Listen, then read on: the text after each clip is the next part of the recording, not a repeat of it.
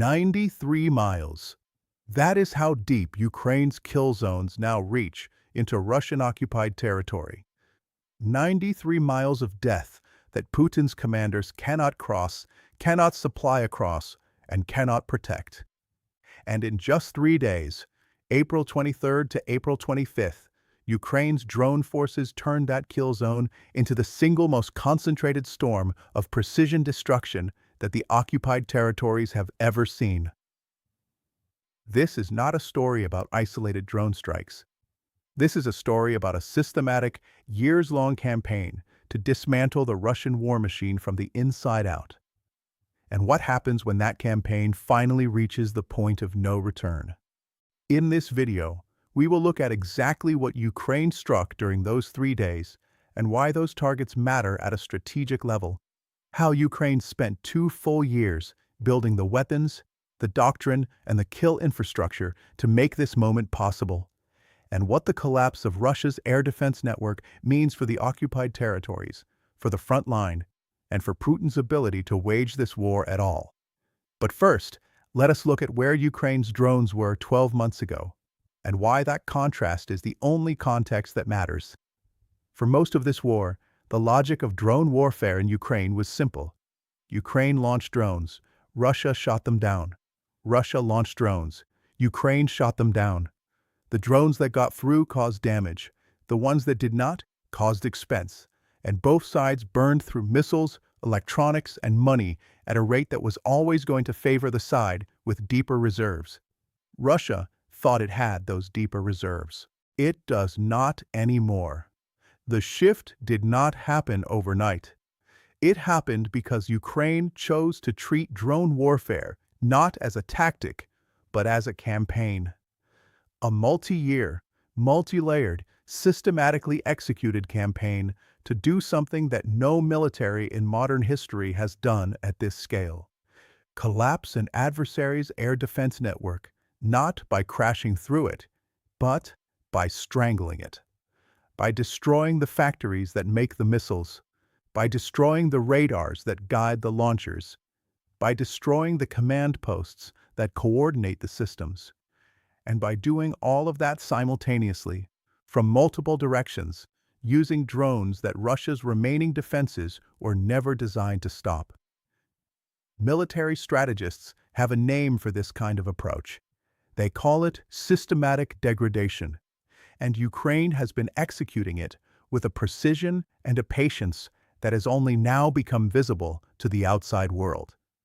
Here is what that actually costs.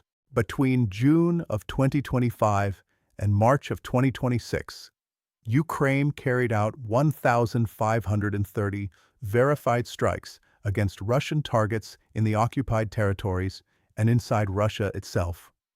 492 of those strikes, nearly one-third, targeted Russian air defense systems directly. Not soldiers, not vehicles, not fuel depots, air defense systems, radars, launchers, command nodes. The very architecture that Russia relies upon to protect everything else. Think about what that means.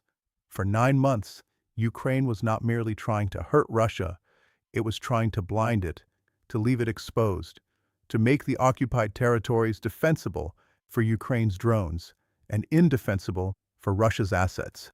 And by April of 2026, that campaign had worked. Until now, Russia had been able to absorb Ukraine's strikes and call it manageable. Not painless, not cheap, but manageable. The 3 days that began on April 23rd changed that calculation permanently. It started in Luhansk, Ukraine's 1st Special Battalion, center of the Unmanned Systems Forces, put a precision strike directly into an ammunition and supply depot serving Russian frontline soldiers. Not a guess, not a lucky hit, a deliberate, coordinated operation against the logistics artery that keeps Russian soldiers fed with bullets and shells. Cut that artery, and the soldiers who launch assault after assault on Ukraine's lines will do so with rifles that cannot fire. Putin will still demand the assaults, he always does, but the results will be counted in Russian casualties, not Ukrainian territory. While the first center was working Luhansk, Ukraine's Nemesis unit was operating in Zaporizhia. On April 24th, Nemesis struck a drone landing site and storage depot, the very infrastructure Russia uses to sustain its own mid- and long-range drone campaign. This is not coincidence. Ukraine is not just attacking Russia's conventional logistics. It is attacking Russia's drone logistics.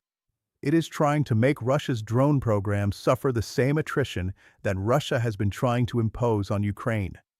And it is succeeding. The same day, the first center was back in Luhansk, another ammunition depot, another critical node in the supply chain severed. 2 strikes in 2 days on the same region, signaling not opportunism, but deliberate, sustained pressure on a single theater. And then the communications fell. Ukraine's 9th Kairos Battalion, operating in coordination with the first center, hit communications hubs across both Donetsk and Zaporizhia during the entire 3-day window. Command posts rely on communications. Without them, orders cannot travel, artillery cannot be coordinated, counter-drone operations cannot be directed. The soldiers in the trenches become isolated, poorly supplied, and unable to respond coherently to Ukraine's drone swarms bearing down on them. Ukraine took out a communications tower in Zaporizhia with such force and volume that the entire structure collapsed. Think about that for a moment. A tower built to withstand weather, to resist conventional attack, struck by Ukrainian drones until it simply fell. The hits kept coming. On April 25th, the 9th Battalion struck a temporary Russian deployment point in Zaporizhia.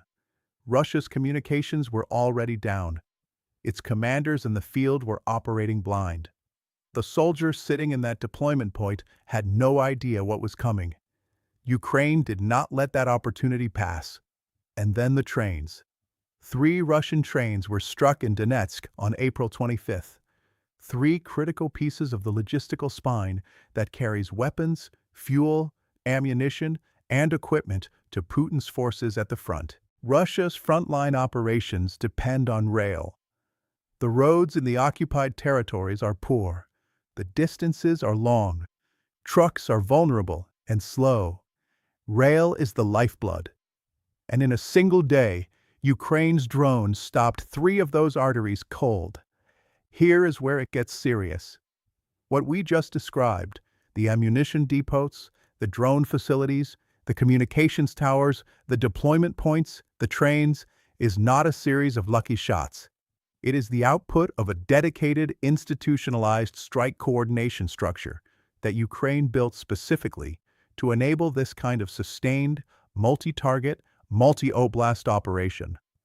Earlier in 2026, Ukraine's unmanned systems forces established what they call the Deep Strike Center. This is a command and control node dedicated entirely to planning, coordinating, and executing medium and long-range drone operations. It is the brain of the campaign. The reason that the 1st Center, Nemesis, the 9th Battalion, and the K2 Brigade were all operating in sync across different oblasts during the same 3-day window is because the Deep Strike Center made that coordination possible. Without it, these units would have been effective in isolation. With it, they become a single distributed weapons system operating at a scale that Russia's command structure cannot match. This is what military strategists call strategic autonomy in action. Ukraine is not waiting for permission. It is not waiting for weapons. It built its own doctrine, its own units, and its own kill infrastructure, and it is now reaping the results. But the drones themselves deserve examination, because the key to understanding why April 23rd to April 25th was possible is understanding a single technological shift: the emergence of Ukraine's mid-range unmanned aerial vehicle fleet. For most of this war, Ukraine's drone campaign operated in 2 distinct bands. At close range, first-person view drones dominated the front lines. Cheap, fast, devastating, but limited in reach. At long range, Ukraine deployed its most capable assets against targets deep inside Russia: the refineries, the missile factories, the radar installations. The middle ground, the occupied territories, the rear areas of the front, the logistics networks that feed the fighting, was harder to cover. Ukraine lacked the drones to dominate that space consistently. That gap is now closed. The FP-1, FP-2, Cat-6, FD-29, and E-300 drones have given Ukraine the ability to strike targets up to 93 miles behind the front line with the kind of precision, payload, and volume that transforms a kill zone from a frontline concept into a theater-wide reality. Between December of 2025 and March of 2026 alone, Ukraine launched 1,588 mid-range drone sorties. They engaged 408 distinct targets. In March, Ukraine struck 222 separate targets with mid-range drones, more than half the 4-month total. Because the campaign was accelerating, the tempo was building. Ukraine was not easing into its new capability. It was sprinting, and the adversary assumed it would have more time. Russia built its air defense posture in the occupied territories around a specific threat model. Long-range drones coming from deep inside Ukraine, following predictable corridors, arriving in limited numbers. That threat model was already being stressed by Ukraine's long-range campaign against Russian air defenses. But it was completely shattered by mid-range drones appearing from unexpected vectors, saturating narrow corridors, and arriving in numbers that outpaced the available missiles. By April of 2026, Russia's Pantsir batteries, the short to medium-range air defense systems that were supposed to catch exactly this kind of threat, were running dry. Not critically short, not slightly depleted, running dry. The commander-in-chief of Ukraine's armed forces stated it plainly. Systematic Ukrainian strikes on Russian production facilities were crippling the country's anti-air missile stockpiles. A prominent Russian military blogger confirmed the same from the other side. Fabricating tens of thousands of Pantsir missiles on a shortened timeline is physically impossible. Ukraine had not just degraded Russia's air defenses in the occupied territories, it had degraded the industrial capacity to replenish them. Here is the cost-exchange ratio that makes this strategy lethal. An air defense missile costs Russia between $50,000 and $200,000, depending on the system. A mid-range drone costs Ukraine a fraction of that. When Ukraine sends 8,000 drones in a single month, as it did in March of 2026, and Russia is forced to fire missiles to counter them, the economics destroy Russia even when Russia wins the interception. Russia burns expensive ordnance to stop cheap drones, and the factories that make that ordnance are themselves being struck by more cheap drones. The loop closes, the stockpiles drain, the interception rate falls. More drones get through, more systems are destroyed. The stockpiles drain faster. This is not just drone warfare. This is attrition warfare at scale, and Russia is on the losing end of the cost curve. The numbers confirm it. In March of 2026, Russia's own defense ministry reported that it had brought down 7,347 Ukrainian drones. 7,000. Even taking that figure at face value, and Russia has a well-documented habit of crediting Ukrainian drone debris for the damage those drones cause, the implication is staggering. Ukraine fired more than 7,000 drones in a single month. Russia fired 6,462. Ukraine is now launching more mid- and long-range drones than Russia. In January of 2024, Ukraine was firing 110 drones at Russia per month. By March of 2026, that figure had reached 237 per day. In 26 months, Ukraine's strike rate increased by a factor of 65. Stay with us, because it gets worse for Russia.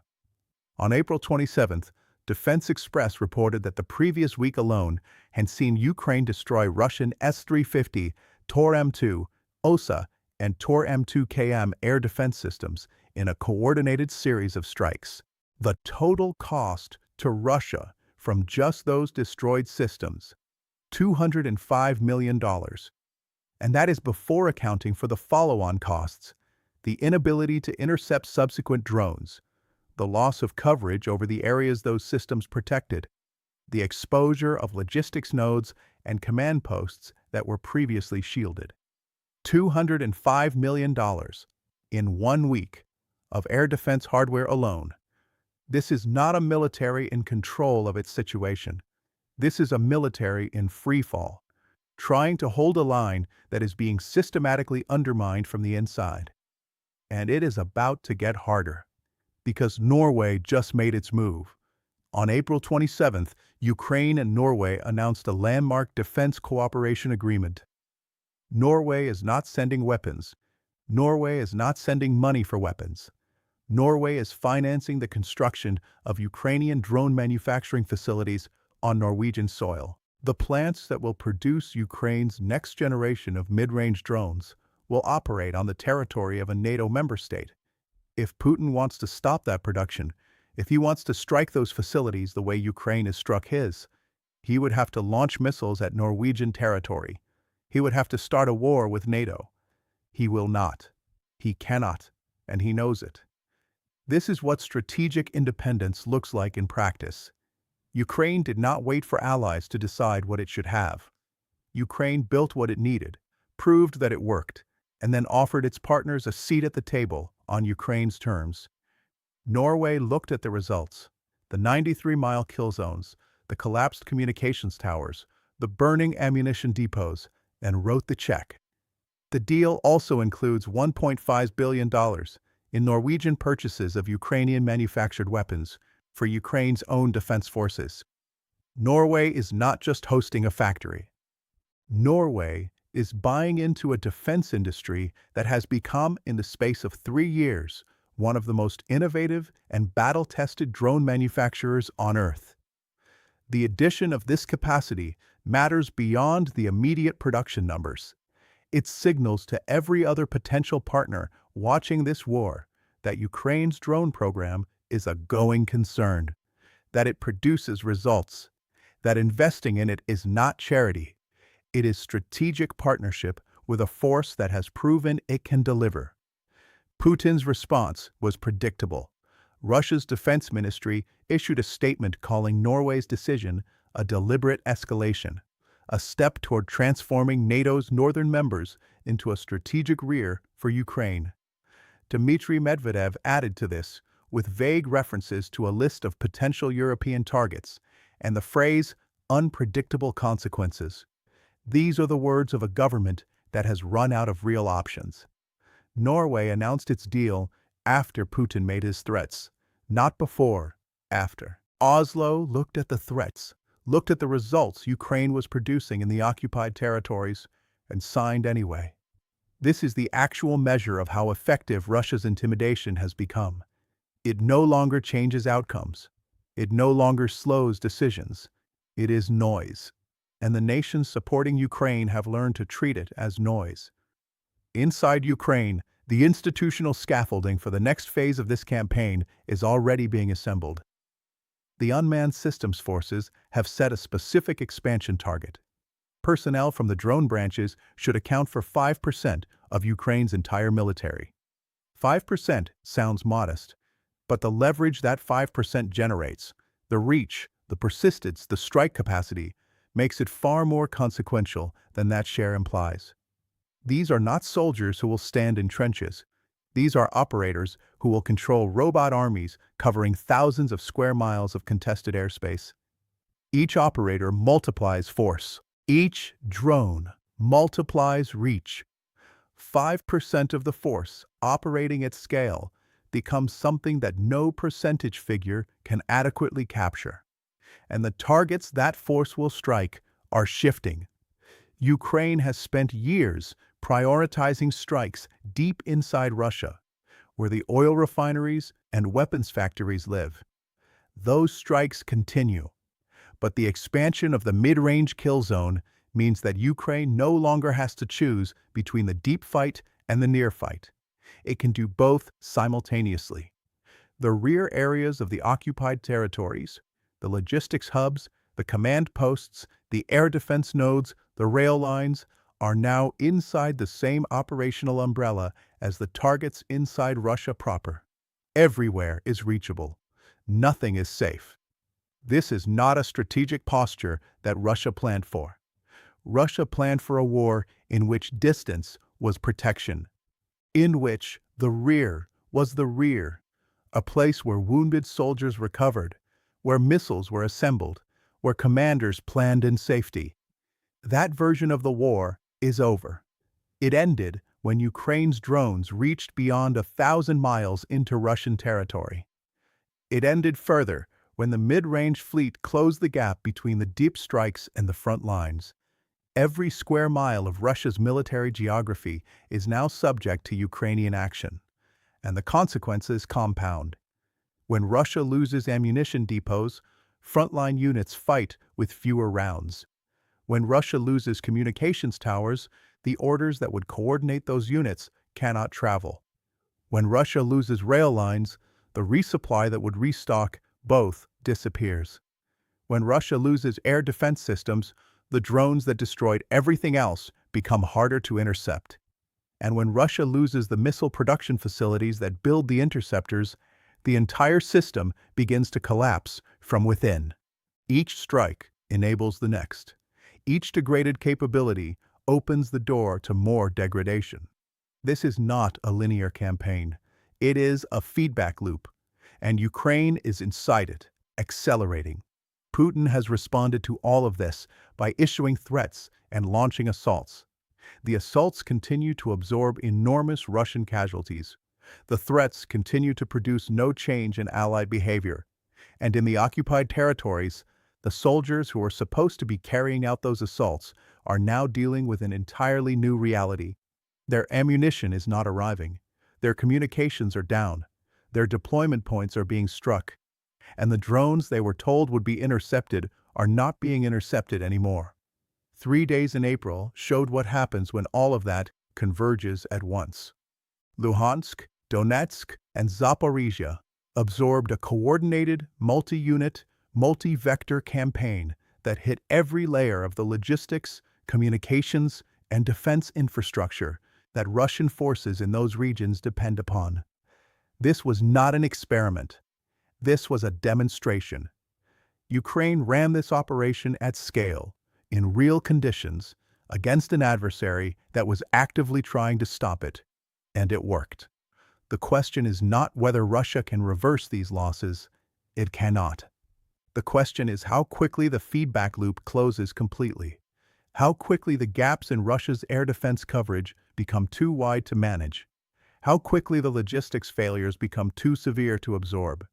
How quickly the frontline assaults Putin continues to demand become impossible to sustain. The answer, based on the trajectory of every metric that matters, is sooner than Russia's commanders expected. Russia built its occupation of eastern and southern Ukraine around a version of the world in which Ukraine was a victim, a country that could be bled, degraded, and eventually forced to accept terms. Russia assumed that Ukraine's drone program would remain artisanal, that its reach would remain limited, that the rear areas would remain the rear areas, that distance and volume of air defense would protect the logistics networks, the command posts, the ammunition stores. Every one of those assumptions is now broken. The occupation was constructed on a foundation that no longer exists, and 3 days in April showed the world what happens when that foundation starts to give way. This is not the end. It is the demonstration that the end is possible. If you found value in this, subscribe so you do not miss what is coming next.